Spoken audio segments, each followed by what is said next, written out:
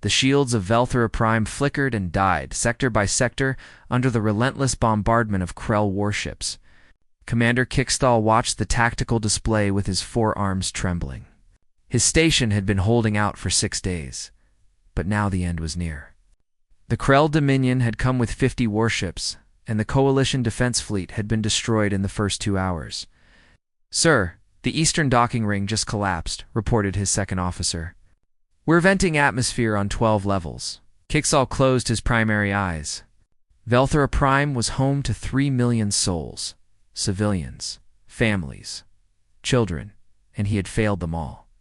The Galactic Coalition had been fighting the Krell for 3 years now, and they had lost every major engagement.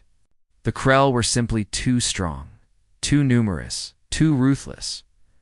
Across the sector, on the Coalition flagship Eternal Dawn, Admiral Tevlin faced the same bitter truth.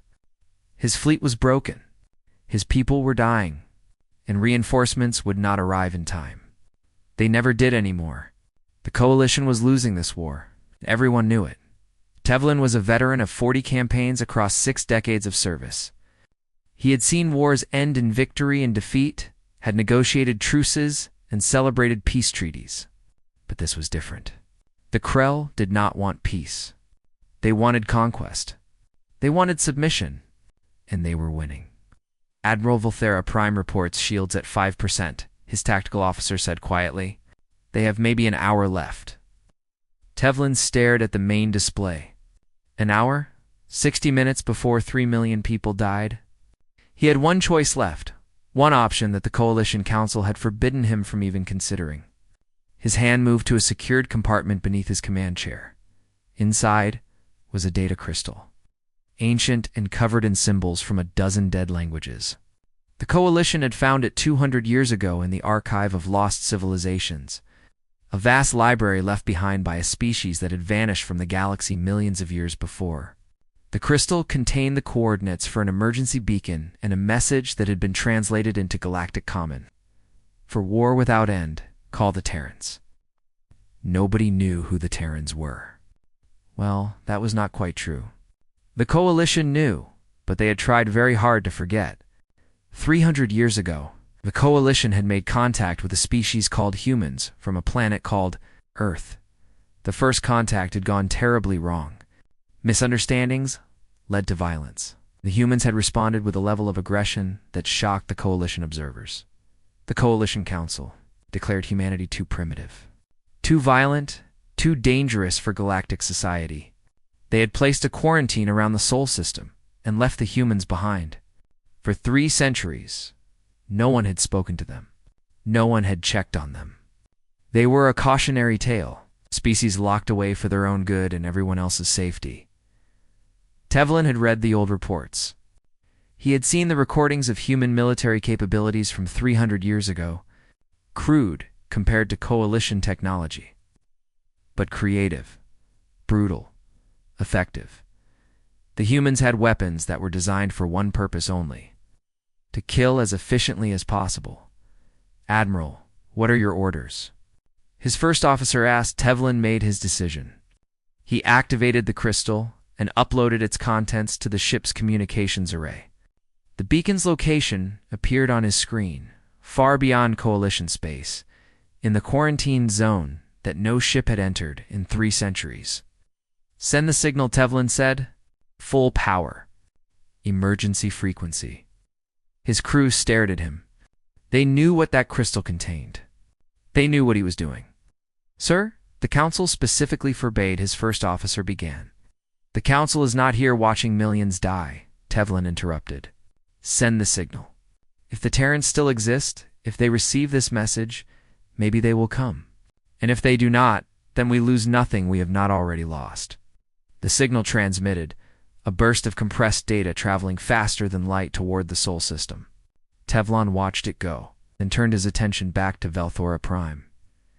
He ordered his damaged fleet to position themselves between the station and the Krell warships. They would buy as much time as they could. It would not be enough, but they would try. Light years away. At the very edge of the Sol system, the UNSC Hammer of Sol detected an unusual energy signature. The ship was on routine patrol, circling the invisible barrier that marked humanity's prison. Captain Dayun had been performing this same patrol for 5 years, watching for any sign that the galaxy beyond remembered Earth existed. "Captain, I'm picking up something strange," reported the communications officer. "It's old. Really old. But it's definitely a distress call." Darjung moved to the communications station. He was 53 years old, with gray in his hair and scars on his hands from 20 years of military service. He had never seen an alien ship. No human alive had, except in ancient recordings. But he had trained his entire life for the day humanity might rejoin the galaxy. "Can you decode it?" he asked. The officer worked for several minutes, running the signal through translation matrices and protocol converters. Finally, text appeared on the screen. The message was simple and desperate. A coalition station was under attack. Millions were dying. They needed help immediately. "Get me Luna Command," Daejung ordered. "Priority Alpha." Within minutes, his communications screen showed the face of Fleet Admiral Taehan. The old admiral was in his 70s, but his eyes were sharp and clear. He had spent his entire career preparing humanity for a war that never came. Building ships, training crews, developing weapons and tactics for an enemy they might never face. "I'm looking at the same signal, Captain," Taehan said. "Someone out there is calling for help. Someone who shouldn't even know we exist." "Orders, sir?" Daejung asked. Taehan was silent for a long moment. Daejung could see the wheels turning in the admiral's mind. This was the moment they had been preparing for. 300 years of isolation. 300 years of building and planning and waiting. The galaxy had locked humanity away and forgotten about them. But humanity had not forgotten about the galaxy. "Deploy the expeditionary fleet," Taehan said finally. "All of it. Every ship we have. If someone out there needs help badly enough to call us, then we are going to answer." Darjung felt his heart race. "Yes, sir." "The whole fleet, sir?" "Every single ship, Captain. Send the activation codes. We are going to war. Across the Sol system, from hidden shipyards on Luna and Mars, from orbital facilities around Jupiter and Saturn, from bases in the asteroid belt and beyond, humanity's military awakened. 300 years of isolation had not made humans peaceful. It had made them prepared, the fleet that assembled over the next. 6 hours was beyond anything the coalition could have imagined. 278 capital ships, each one incorporating technology that humanity had developed in angry isolation. They had not stopped advancing. They had not grown complacent. They had built weapons and ships and systems designed for one purpose: to ensure that if humanity ever returned to the galaxy, no one would ever lock them away again. The UNSC Indomitable took position at the center of the fleet. Admiral Taehin stood on its bridge, looking at the tactical display, showing every ship in formation, dreadnoughts, carriers, destroyers, frigates, and weapons that had never been tested in real combat. "All ships report ready." "Admiral," reported Commander Young-Su. Taehin nodded. He opened a fleet-wide channel. "This is Admiral Taehin to all ships. 300 years ago, the galaxy decided we were too dangerous to join them. Today, someone out there is desperate enough to call us anyway. We are going to answer that call. We are going to show them what humanity has become. Navigation. Plot a course for these coordinates." Maximum speed. The fleet's jump drive spun up, creating ripples in space-time that could be detected for light years. Then, in a flash of twisted reality, 278 human warships vanished from the Sol system. They were going to war, and the galaxy had no idea what was coming. The human fleet did not arrive at Velthora Prime the way civilized species traveled through space. Every species in the galaxy knew the rules. You jumped to the edge of a star system and then used slower engines to approach your destination. This prevented accidents and gave everyone time to identify themselves. It was basic safety, basic courtesy, basic common sense. Humanity had never been very good at following the rules. The fleet exited hyperspace directly in the middle. the battle zone, their formation materializing between the dying station and the Krell assault fleet with precision measured in meters. The gravitational shockwave from their arrival sent debris, spinning in all directions, and caused every sensor in the system to scream warnings. On the eternal dawn, Admiral Tevlin's tactical officer nearly fell out of his chair. Admiral. New contacts. Multiple new contacts? I'm reading. By the ancients, I'm reading 278 capital ships. Unknown configuration? Energy signatures are off every scale we have. Tevlin stared at the display. Where there had been empty space 5 seconds ago, there was now a fleet.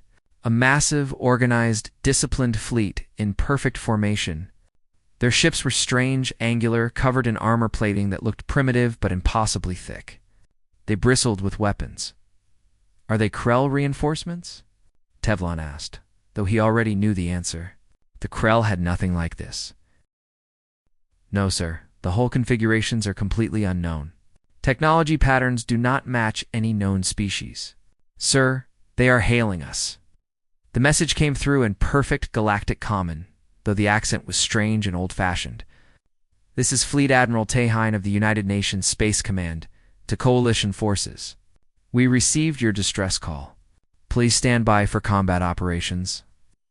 Tevlin felt something he had not felt in years. Hope. Respond. Tell them we are grateful for their assistance and ask them to identify themselves. But before the message could be sent, the Krell War Master Krellthax made a decision that would haunt him for the rest of his life. He saw unknown ships between him and his prey. He saw targets, and the Krell did not ask questions. All ships opened fire on the newcomers, Krellthax ordered. Destroy them. 90 Krell warships turned their weapons toward the human fleet and fired. Energy beams, plasma torpedoes, kinetic missiles, everything they had poured toward the strange angular ships. It should have been enough to vaporize any fleet caught by surprise. The human shields absorbed it all. They did not flicker. They did not strain. They simply stopped the attack as if it were nothing. On the bridge of the Hammer of Soul, Captain Dejun watched the Krell fire wash harmlessly across his shields. His second-in-command, Commander Hannah, checked her tactical board and looked up with cold eyes. Captain, we are being fired upon by 90 hostiles, she reported. Recommend we respond. Dong nodded. Weapons free. Show them what humanity brought to the party. The main gun of the Hammer of Soul was called a MAC gun, short for Magnetic Acceleration Cannon. It was a simple weapon in theory. Take a very large tungsten rod, accelerate it to a fraction of light speed using magnetic fields, and let physics do the rest. The Coalition had similar weapons, but nothing on this scale. The MAC gun fired. The tungsten rod crossed the distance to a Krell battlecruiser in less than 2 seconds. It hit the shields and kept going, punching through them like they were paper. It entered the hole near the bow, tore through 12 decks, vaporized a reactor, and exited through the stern. The battlecruiser broke in half, both pieces tumbling and burning. Across the human fleet, 278 ships opened fire. MAC guns, missile pods, laser batteries, particle beams, and weapons the Coalition had never seen before lit up the darkness. The Krell fleet, veteran of hundreds of battles, suddenly found themselves outgunned. Commander Hannah coordinated the fighter launch. The Indomitable and its sister carriers opened their bays and thousands of small craft poured out. These were not the slow, careful fighters the Coalition used. These were fast, aggressive, and most importantly, they were linked together by artificial intelligence networks that allowed them to fight as one mind. Lieutenant Biora led the first squadron. She was 26 years old and had been flying simulators since she was 16. This was her first real combat, but she felt no fear. Her fighter's AI fed her targeting data, threat assessments, and coordination instructions faster than any organic brain could process. She and her squadron moved like a school of fish, each one knowing exactly where the others were. They dove into the Krell formation, their weapons firing in perfect synchronization. 12 Krell destroyers found their point defense systems overwhelmed. The human fighters did not dogfight. They executed strikes and moved on. Too fast and too coordinated for the Krell to counter. But the true horror came from the UNSC Indomitable itself. Admiral Tehine stood on his bridge, watching the battle unfold with the calm of a man who had planned this moment for decades. He turned to his weapons officer. Target the Krell carrier at grid 774. Fire the gravitational lance. Gravitational lance was humanity's most terrible weapon. It did not fire energy or matter. It fired compressed space-time itself, creating a focused beam of artificial gravity so intense that nothing could withstand it. The weapon spun up, reality bent, and the beam touched the Krell carrier. For a moment, nothing seemed to happen. Then the carrier began to collapse. Not explode, collapse. The ship folded in on itself, as if being crushed by an invisible hand. Metal screamed. Bulkheads compressed. Entire decks pancaked together. In 5 seconds, a ship, 3 kilometers long, was reduced to a sphere of compacted metal and organic matter no larger than a small shuttle. The Krell fleet broke. War Master Krellthax stared at his tactical display in disbelief. He had 90 ships, the finest warships the Krell Dominion could build. And in 3 minutes, they were being destroyed by an enemy he did not understand, using weapons he had never seen. Retreat. He screamed, "All ships retreat. Emergency jump." The surviving Krell ships activated their jump drives and fled. They left behind 43 destroyed vessels and thousands of escape pods. The battle was over in 3 minutes and 14 seconds. Not a single human ship had taken serious damage. Silence filled the coalition communication channels. Admiral Tevlin could not speak, could not think. He had just watched 90 Krell warships, the same ships that had been destroying coalition fleets for 3 years, get annihilated in less time than it took to drink a cup of tea. Finally, he found his voice. "Unknown fleet, this is Admiral Tevlon. What are you?" The response came from Admiral Tehine, and his voice was calm, almost gentle. "We are the people you left behind, Admiral. We are humanity, and we heard you needed help." On the Hammer of Soul, Captain Dejung turned to his chief engineer, Sang Min. The gruff old man had helped design half the weapons systems in the fleet. He was grinning like a child. "Captain, the station is heavily damaged," Sang Min reported. "Life support is failing on multiple levels. They need immediate assistance." Dayung nodded. "Deploy all rescue teams. Medical, engineering, damage control. Let us show them we are not just good at breaking things." Human shuttles and rescue craft swarmed toward Velthora Prime. Teams of engineers and medics boarded the station, bringing equipment and supplies. Dr. Sujin, the chief medical officer of the Hammer of Soul, set up triage centers and began treating the wounded. She worked alongside coalition medical staff, sharing techniques and learning their biology. Commander Kicksthal met the human rescue teams with all 4 arms raised in gratitude. He had watched his station die. He had prepared to evacuate 3 million people into space with nowhere to go. And then these humans had arrived and saved them all. "Thank you," he said to the first human he saw, a young engineer named Minho. "Thank you for coming." Minho looked confused. "You called for help." "Of course we came. That is what people do." Kixla realized something important in that moment. These humans, these terrifying warriors with their terrible weapons, genuinely believed that helping others was simply what you did. They had traveled across the galaxy to save people they had never met. People whose species had locked them away for 3 centuries. On the eternal dawn, Admiral Tevlin received a communication from the Coalition Council. The politicians were panicking.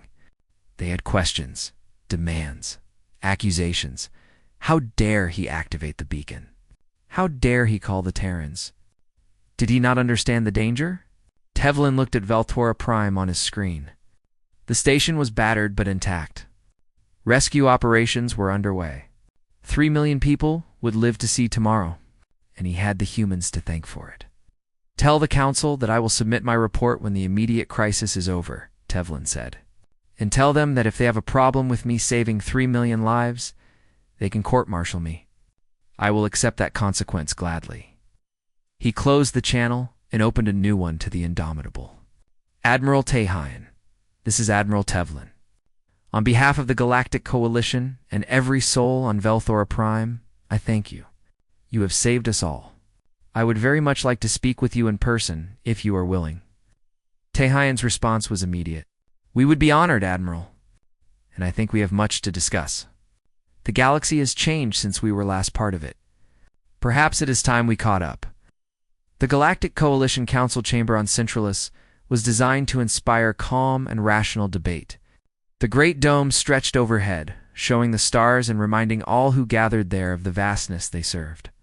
63 species sent representatives to this place, and for 200 years it had been the center of galactic civilization. Today, the chamber was anything but calm. Chancellor Mareth called for order for the 5th time, her 4 vocal cords creating a harmonic tone that usually silenced any argument. It did not work today. The representatives were shouting, some in fear, some in anger, some in languages that the translation computers struggled to keep up with. The humans must be confined again, shouted the Andromedian delegate, her crystalline body flashing with agitation. You all saw the recordings? They destroyed 90 ships in 3 minutes. They have weapons that violate every treaty on ethical warfare. This is exactly why they were quarantined. They saved 3 million people, countered the Veltharan representative, standing on his hind legs to be seen. When our own coalition could not protect us, the humans came. They risked their lives for strangers. Perhaps we were wrong about them. Ambassador Jiwoo stood in the center of the chamber, waiting patiently for her turn to speak. She was 32 years old, chosen specifically because she was too young to remember the old grudges, too smart to be intimidated, and too honest to play political games. Behind her calm exterior, she was furious. Chancellor Mareth finally restored order. Ambassador Jiwoo of Earth, you may address the council. Jiwoo stepped forward. She had practiced this speech for days, but now that the moment was here, she decided to speak from her heart instead. 300 years, she said, her voice carrying clearly through the chamber. For 300 years you left us in isolation because you deemed us too violent, too primitive, too dangerous. You locked us away and told yourselves it was for everyone's safety. Meanwhile, you have been waging wars across a dozen sectors. You have species in this very chamber who have fought each other within living memory. The hypocrisy is breathtaking. Several delegates began to protest, but Jiwoo continued. You say we are violent? Yes, we are. We do not pretend otherwise. We build weapons, and we know how to use them. But we also build hospitals and schools. We write poetry and music. We help strangers because it is the right thing to do. You judged us 3 centuries ago based on one bad day, and you never gave us a chance to show you who we really are. The Felthian delegate stood. But your weapons. The things you used at Velthor Prime are monstrous. They are effective, Jiwoo corrected. And we built them because we were alone and afraid. You put us in a box and told us we were too dangerous for the galaxy? So we spent 300 years making sure that if anyone ever came for us with bad intentions, we could defend ourselves. Can you blame us for that? Chancellor Mareth raised a hand for silence. Ambassador, what does humanity want? We want what we should have had 300 years ago, Jiwoo said. We want to be part of the galactic community. We want to trade, to share knowledge, to make friends and allies. And yes, we want to help fight the Krell, because from what we have seen, you are losing badly and people are dying. The chamber erupted again. Some delegates supported her. Others demanded the humans be sent back to Earth immediately. The debate raged for hours. While the politicians argued, the Krell Dominion was having its own discussions. Deep in the throne world of Kraloxus Prime, Empress Kralesha watched the battle recordings for the 10th time. Her advisors stood around her throne, silent and afraid. The Empress did not tolerate failure, and the defeat at Velthar Prime was spectacular. War Master Krelthax knelt before her, his head bowed. He expected death. The Krell did not forgive commanders who lost battles. Tell me about these humans, Krelsha said, her voice cold and measured. They are strong, Empress, Krelsha said. Their weapons are advanced. Their tactics are aggressive. They fight like nothing we have encountered before. I can see that, Krelsha replied. What I want to know is why they fight. What do they want? What drives them? Krelthax hesitated. The Coalition records say they were quarantined 300 years ago. They were deemed too violent. Krelsha laughed, a harsh sound that made her advisors flinch. Too violent for the Coalition? Those pacifists find everyone too violent. But these humans, they built weapons for 3 centuries, with no one to fight but themselves. That is not violence. That is preparation. That is fear. She stood from her throne and walked to the battle display. They are afraid of us. Good. Fear makes people predictable. Deploy the 3rd, 7th, and 9th fleets. I want to see what these humans can really do when they are pressed, and send intelligence operatives to find their homeworld. If we cannot defeat them in open battle, perhaps we can negotiate from a position of leverage. Her war council bowed and left to carry out her orders. Krelsha returned to her throne, her mind already planning the next move. The humans had won 1 battle. That meant nothing. The Krell had won 1,000 battles. They would win 1,000 more. Back on the UNSC Indomitable, Admiral Tehayan met with his senior staff.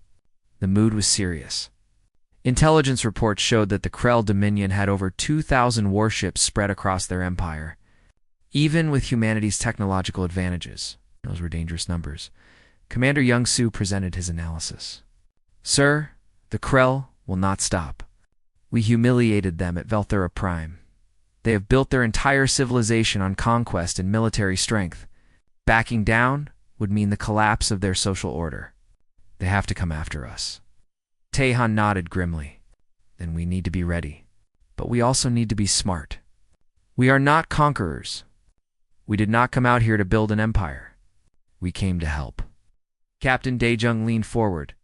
With respect, Admiral, helping means winning. And winning means taking the fight to the Krell. The Coalition has been fighting defensively for 3 years, and they have been losing. We need to change the nature of this war, explained Tehan said. Daejung pulled up a star map. The Coalition fights like they are trying not to lose. They defend fixed positions, react to Krell attacks, try to minimize casualties.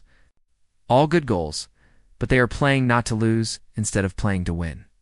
The Krell are the opposite. They attack, they keep pressure on, they choose where and when to fight.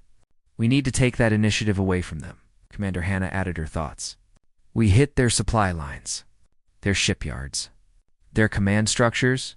We make them react to us instead of the other way around. We have the speed and the stealth technology to do it. Dr. Sujin, who had been quietly listening, spoke up. We also need to win the Coalition over. Right now they are afraid of us. I have been working with Coalition medical staff at Velthura Prime. They are good people. They want to help. But they have been told for 300 years that humans are dangerous. We need to show them that we are here as partners, not as replacements for the Krell. Tehan listened to all of them. These were his best people, and they were all right in different ways.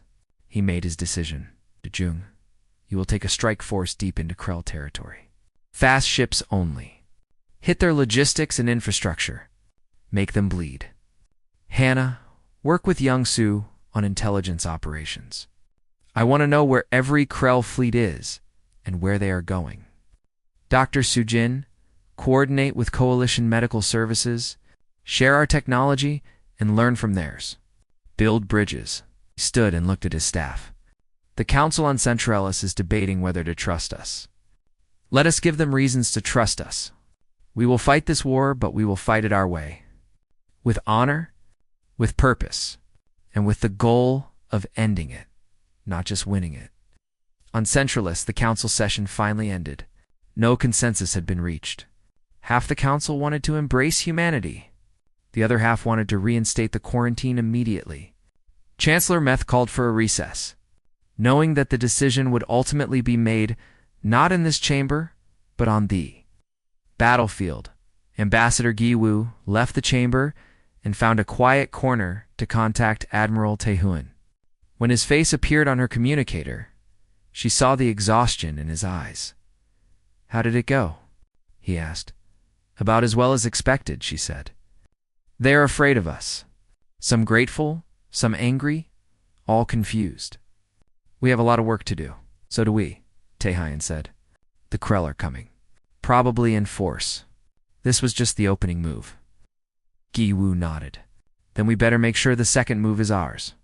Do what you do best, Admiral. Win. But win in a way that shows them who we really are." "That is the plan," Taehyun said. "How are you holding up?" Gi-woo smiled tiredly. "I am standing in front of representatives from 63 species, trying to convince them that humanity deserves a second chance after 300 years. I have had easier days, but I will keep at it. Someone has to show them we can be diplomatic." "Good luck, Ambassador," Taehyun said. "And Ji-woo, thank you for being our voice here. I know it is not easy." After the call ended, Ji-woo sat alone for a moment. Through the windows of the council building, she could see Centralis spread out below, a beautiful city representing hundreds of species living together in peace. She wanted that for humanity. She wanted Earth to be part of this. But first, they had a war to win. Captain De Jung's strike force materialized at the edge of the Talax system like ghosts from the dark. 15 ships, all fast attack vessels and stealth frigates. Their hulls coated with materials that made them nearly invisible to sensors. They had traveled deep into Krell territory, jumping from system to system, mapping supply routes, and identifying targets. "Scan shows 3 shipyards in orbit around Talax 4, reported the tactical officer. "Moderate defenses. Maybe 20 patrol ships total." Daeyoung studied the display. The shipyards were building Krell destroyers, feeding the war machine that had been crushing the coalition. Take them out, and the Krell would have to pull resources from the front lines to rebuild. It was exactly the kind of target they needed. "All ships, prepare for attack run," Daeyoung ordered. "Fast and hard. We are in and out in 10 minutes. Weapons free." The human ships accelerated, their stealth systems keeping them hidden until they were almost on top of the shipyards. Then they opened fire. Mac guns punched through construction frames. Missiles turned dry docks into expanding clouds of gas and metal. The Krell patrol ships tried to respond, but they were too slow and too confused. By the time they figured out what was happening, the human ships were already jumping away. The attack took 8 minutes. 3 shipyards destroyed, 17 Krell ships crippled, and not a single human casualty. It was the first of many such raids. While Daeyoung hit supply lines, Commander Hannah executed the Ghost Protocol. Using humanity's stealth technology, she inserted special operations teams onto Krell-occupied worlds. Sergeant Minho led one such team onto Talax VI, planet the Krell had conquered 5 years earlier. Minho and his 5-person team moved through the industrial district like shadows. They had spent 3 weeks studying the layout, learning guard patterns, mapping security systems. Tonight they would sabotage the main power plant that fed the Krell. Military base, but what they found stopped them cold through their night vision goggles. They saw the workers in the plant. They were not Krell. They were members of a dozen different species, thin and exhausted, wearing collars that marked them as property, slaves. The Krell were using conquered populations as forced labor. Minho contacted Commander Hannah immediately. "We have a situation here. The Krell are using slaves to run their infrastructure, civilians, families.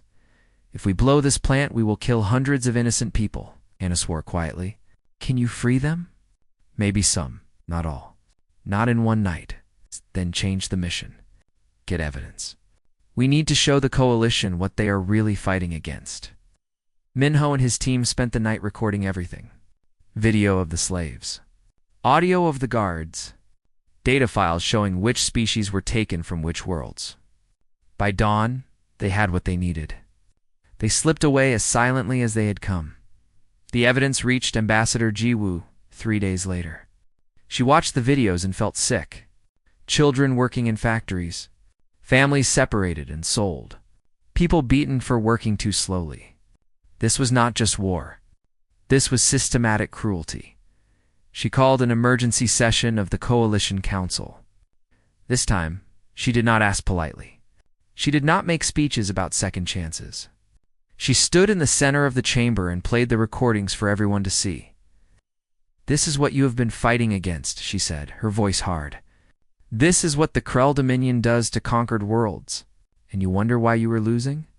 You fight with one hand tied behind your back, worried about treaties and protocols, while they enslave entire populations. Every day you delay is another day millions of people suffer like this." The chamber was silent.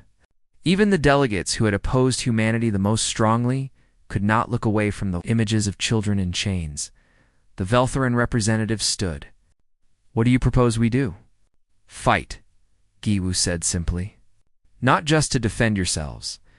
Fight to free these people. Fight to end the Krell Dominion. And let humanity help you do it properly." The vote was not unanimous, but it was decisive. The coalition would coordinate fully with human forces. They would take the offensive. They would fight to win. The new alliance launched its first major offensive 2 weeks later. The target was the Meridian's Edge, a strategic system that connected 3 major Krell sectors. Control it and you could split the Krell fleet in half. Empress Krellsha knew the attack was coming. Her intelligence network had warned her. She sent 3 full fleets to defend Meridian's Edge. 700 Krell warships against 120 human vessels and 200 coalition ships. Admiral Tehayan knew he was outnumbered. He knew this would be the biggest battle humanity had fought since leaving Earth, and he knew that if they lost here, the war might be over before it really began. "All ships, this is Admiral Tehan. The Krell think numbers will win this battle. They are wrong. We have something they do not have. We have a reason to fight beyond conquest and glory. We fight for freedom. We fight for justice. And we fight for everyone who cannot fight for themselves. Today we show the galaxy what humanity stands for. All ships engage at will." The Battle of Meridian's Edge began with a Krell missile barrage that blackened the stars. Thousands of warheads streaked toward the human coalition line. The human point defense systems opened up, creating a wall of fire that destroyed 90% of the missiles. The remaining 10% hit shields and armor, doing minimal damage. Then it was humanity's turn. The UNSC Indomitable led the charge, its massive bulk accelerating toward the Krell Center. Admiral Tehayan stood on the bridge, calm despite the chaos around him. He had planned this battle for months. Now it was time to execute. "Fire the gravitational lance," he ordered. The terrible weapon spoke, and a Krell dreadnought collapsed into a ball of compressed matter. The Krell line wavered. The human fleet poured through the gap. Captain Daejung's hammer of soul took hit after hit, its shields flickering under sustained bombardment from 3 Krell cruisers. Engineer Sangmin worked miracles in the engine room, routing power, patching systems, keeping the ship fighting. "Shields at 30%, reported the tactical officer. "Divert power from non-essential systems," Daejung ordered. "And get me a firing solution on that lead cruiser." The Mac gun fired, and the cruiser staggered. 2 more shots and it broke apart. But the other 2 cruisers kept firing. The Hammer of Soul was taking serious damage now. High above the main battle, Lieutenant Biora led her fighter wing in the most important mission of the engagement. The Krell command carrier sat in the rear of their formation, coordinating the entire battle. Take it out, and the Krell fleet would lose cohesion. "All wings, this is Bora. Target is the command carrier. Stay tight, stay fast. We only get 1 pass at this." Her squadron dove toward the carrier, dodging fire from dozens of point defense guns. Fighters exploded around her. She heard pilots screaming on the radio. She kept flying. They reached the carrier and released their entire payload. Armor-piercing missiles slammed into the carrier's bridge section. Secondary explosions rippled through the ship. Biora pulled up hard, feeling her fighter shake from near misses. "Target destroyed!" someone shouted. "The carrier is down." Biora counted her squadron. She had started with 24 fighters. Only 12 were still flying. But they had done their job. On the Krell flagship, War Master Krellfax saw his command carrier explode and realized they were losing. The humans were too coordinated, too aggressive, too willing to sacrifice for their objectives. This was not how civilized species fought. This was total war. The battle raged for 18 hours. The UNSC Indomitable took hit after hit, its shields failing, its armor buckling. But Admiral tEnd refused to withdraw. Engineer Sangmin kept the ship alive through sheer determination and improvisational genius. Finally, as the Krell fleet began to break apart, Captain Dayun made a decision. The Hammer of Soul was dying. Shields were gone. Hull breaches on 15 decks. But the Krell flagship was right there, and if he could take it out, the battle would be over. All hands, this is the captain. Brace for collision course. Sir, we will not survive that. His first officer protested. Then we better make it count, Derjong replied. All power to engines. Give me everything we have. The Hammer of Soul accelerated toward the Krell flagship. At the last possible moment, Daejun fired every Mac gun simultaneously at point-blank range. The tungsten rods tore through the flagship's shields and hull like they were nothing. The ship's reactor went critical. Dayun pulled away hard, but the explosion caught them anyway. The Hammer of Soul tumbled through space, dead in the water, but the Krell flagship was gone. Empress Krellsha barely escaped in a personal shuttle. The Krell fleet broke. They jumped away in disorder, leaving behind 200 destroyed ships. The humans in Coalition had one, but the cost was terrible. 38 human ships destroyed, thousands dead. In the medical bay of the Indomitable, Dr. Sujin worked for 3 days straight, treating the wounded. She saved hundreds of lives. She watched dozens die despite her best efforts. She cried when she thought no one was watching. Admiral tEnd walked through the medical bay when the worst of the crisis was over. He saw young faces, too young, wrapped in bandages. He saw body bags waiting for transport home. He knew every name. Commander Young-Soo found him there and handed him the casualty report. tEnd read it in silence. "We won, sir," Young-Soo said quietly. "At what cost?" tEnd asked. "We came out here to prove we are not the monsters they said we were. I hope we are succeeding. We are saving the galaxy, sir." "Are we? Or are we just better at war than everyone else?" tEnd had no answer. He just kept walking among the wounded, making sure each one knew their sacrifice mattered. The victory at Meridian's Edge changed the war. The Krell Dominion, for the first time in a decade, was on the defensive. Human and coalition forces pushed into Krell space, liberating occupied worlds and destroying military installations. But Captain Daejun had a different idea about how to end the war. 3 months after Meridian's Edge, he sat in a strategy meeting with Admiral tEnd, Ambassador Jiwoo, and several coalition commanders. His proposal was radical. He offered them a way out, Daejun said. The coalition officers looked at him like he was insane. Admiral Tevlon, who had become a close ally of the humans, shook his head. The Krell do not surrender. Their entire culture is built on conquest and strength. Offering them mercy will be seen as weakness. "Maybe," Darjung said, "but we have to try. We can destroy their military. We can occupy their worlds. But unless we change their culture, we will be fighting rebellions for the next 100 years. We need to give them a reason to stop fighting." Ambassador Jiwoo supported the idea. "If we just conquer them, we become what they are. We need to offer them something better. A chance to join the galaxy as equals instead of conquerors." Admiral tEnd listened carefully. Finally, he nodded. "We try it your way, Captain, but we keep our fleet ready. If they refuse, we will finish this the hard way." Ambassador Jiwoo crafted the message carefully. It was broadcast to every Krell world simultaneously. Cutting through their military communications and civilian networks alike, her face appeared on millions of screens, speaking in flawless Krell, people of the Krell Dominion. "I'm Ambassador Jiwoo of Earth. Your empire has been at war with the Galactic Coalition for 3 years. You have conquered worlds and enslaved populations. You have built your civilization on the suffering of others. This ends now. We offer you one chance, and one chance only. Surrender your weapons of conquest. Free every slave in your empire.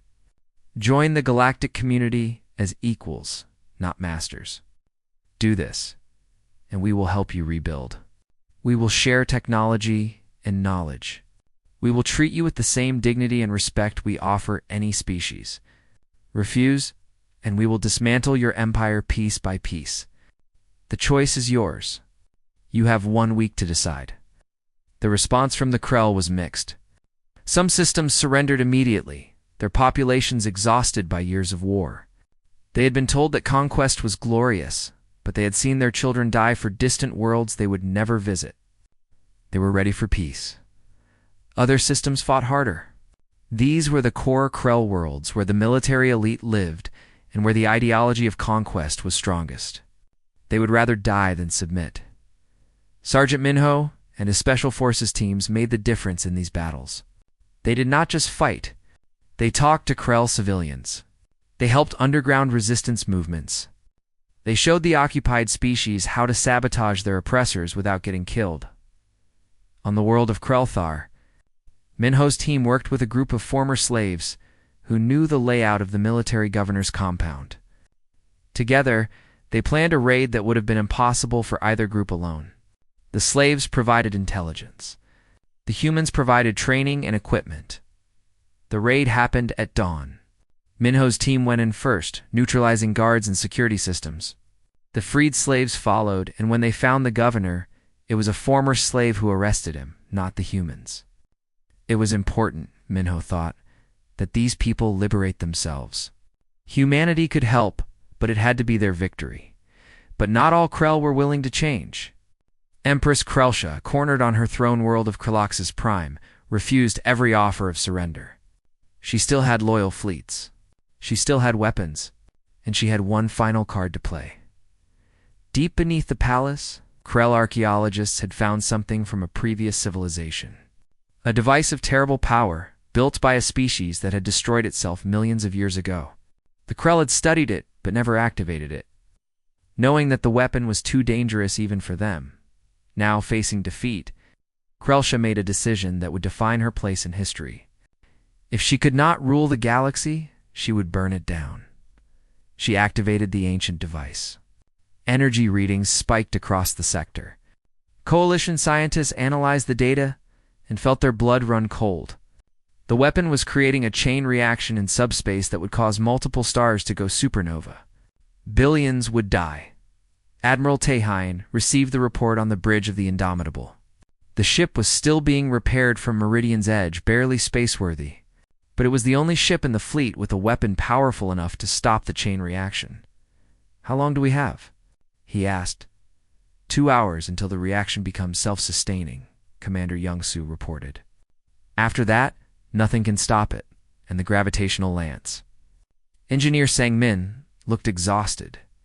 He'd been working non-stop for weeks, keeping the Indomitable functional.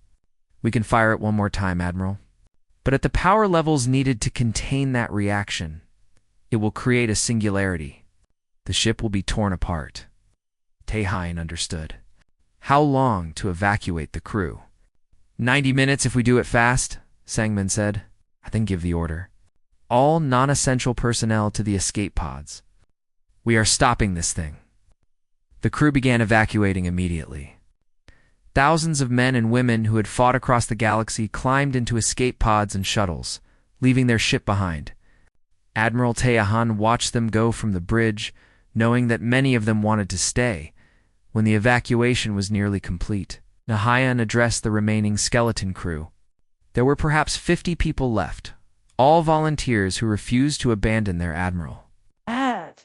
"You do not have to do this," he said. "You can still leave." Engineer Sang-min spoke for all of them. "Respectfully, sir, shut up and let us do our jobs. We are finishing this together." Tehain smiled despite everything. He had the best crew in the fleet, the Indomitable moved into. Position above Kralaxis Prime, the ancient weapon below was glowing with terrible energy, warping space itself. Tehain could see the readings showing what would happen if they failed. 20 star systems would die. Trillions of lives lost. "Charge the gravitational lance to maximum power," he ordered. "Target the weapon's energy core." The lance spun up, drawing power from every system on the ship. The lights dimmed. Life support switched to emergency mode. The ship groaned under the strain. Sangmin worked frantically at his station, trying to recalibrate the weapon to minimize the feedback. If he could adjust the field geometry, maybe they could survive this. Maybe. "Lance at 90% power," reported the weapons officer. 100%. "Admiral, we are ready to fire." tEnd looked at his crew one last time. These people had followed him across the galaxy. They had fought and bled and never wavered. He was proud to serve with them. "Fire," he said. The gravitational lance unleashed its full power. The beam struck the ancient weapon, and reality screamed. The chain reaction collapsed in on itself, contained by the artificial gravity field, but the feedback was catastrophic. The Indomitable shook like a leaf in a storm. Hull plates tore away. Decks collapsed, and then the singularity formed. For one terrible moment, the ship was at the center of a black hole. The laws of physics bent and twisted. Time itself became fluid. Sangmin's last-second recalibration made the difference. Instead of being crushed instantly, the ship was merely torn apart slowly. Emergency systems kicked in, ejecting the bridge section as an escape pod. The rest of the Indomitable fell into the singularity and was gone. Rescue ships found the bridge section 3 hours later. Admiral tEnd was alive, barely. Sangmin had survived by some miracle. Most of the skeleton crew had made it. The Indomitable was gone, but the ancient weapon was neutralized. Billions of lives had been saved. On Kralox's Prime, Coalition forces stormed the palace and arrested Empress Krelsha. She was defiant to the end, spitting curses at her captors. But the war was over. The Krell Dominion had fallen.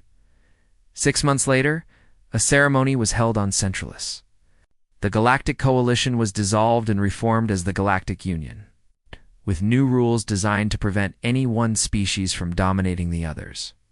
Ambassador Giwu was elected as the first Secretary General, a position created specifically to balance power among species. Her first act was to establish the Reconciliation Commission. Former Krell worlds would be helped to transition to self-governance. Freed slaves would receive support and resources. The wounds of war would be healed. Not ignored, Captain Dejung, now promoted to Admiral, took command of the Union's new rapid response fleet. It was a combined force of human and coalition ships, designed to prevent any future empire from rising. Commander Hanna served as his second-in-command, already planning improvements to their joint tactics. Admiral tEnd retired. The singularity had damaged his body in ways that could not be fully repaired. He returned to Earth as a hero and spent his remaining years teaching at the Naval Academy. Every officer who graduated heard his lectures on the cost of war and the importance of fighting for the right reasons. Lieutenant Bjor became the instructor for the Union's first integrated fighter wing. She taught coalition pilots the aggressive tactics that had won the war. While learning their techniques for long-range coordination, her students came from a dozen species, all working together. Sergeant Minho took a quieter role, leading teams that decommissioned slave labor camps and helped former slaves rebuild their lives. It was hard work, often thankless, but he found it more satisfying than combat. Dr. Sujin established the first interspecies medical exchange program. Human doctors learned to treat alien biology. Alien doctors learned human techniques. Medical knowledge spread across the galaxy, saving countless lives. Engineer Sangmin designed the next generation of Union starships. They were built for exploration and defense, not conquest. They carried scientists and diplomats alongside soldiers. They represented what the galaxy could become. 3 years after the war ended, Ambassador Jiwoo stood on a colony world at the edge of what had been Krell space. Humans and former Krell worked side by side, building homes and schools. Children of different species played together, not knowing or caring about the old hatreds. She received a message on her communicator. A new signal had been detected from beyond the galactic rim. Unknown origin. Possibly another species reaching out. Possibly a threat. Possibly a friend. Gu sent a simple reply to the Union Council. We will handle it. The Hammer of Unity, successor to the Hammer of Soul, powered up its engines.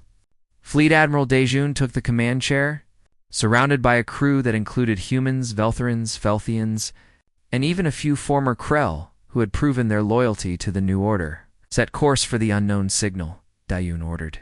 And this time we go as representatives of the entire galaxy, not just humanity. The ship jumped to hyperspace, carrying with it the hopes of a galaxy that had learned finally to work together. Humanity had proven they were not the monsters the Coalition once feared. They were defenders, helpers, partners, and when the galaxy called for help again, humanity would answer. Not with an empire, not with conquest, but with a fleet designed to protect freedom and end tyranny wherever it rose. The age of empires was over. The age of unity had begun, and humanity had shown the way.